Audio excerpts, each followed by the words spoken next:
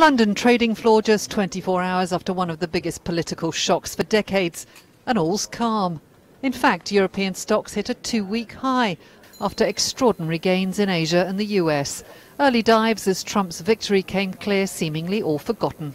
When he announced his acceptance speech, sentiment switched quite sharply, and he came across very statesmanlike, in a complete contrast to all the rhetoric, ultimately, that had really sort of been a trademark of his campaign. And I think markets at the moment are looking a little bit, at a Goldilocks scenario. Markets aren't known for focusing on the positives, but there's no arguing with a Nikkei up 7% at one point after sinking 5% on Wednesday.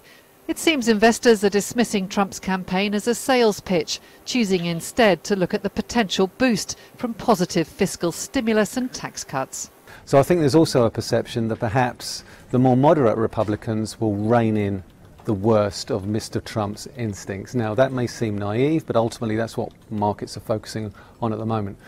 Even his well-documented dislike of Fed Chair Janet Yellen has been brushed aside, his spokespeople saying he's happy for her to continue. I think potentially he could welcome a rate rise now. Certainly he's got no reason to oppose one, seeing as that he criticised Janet Yellen for keeping rates artificially low.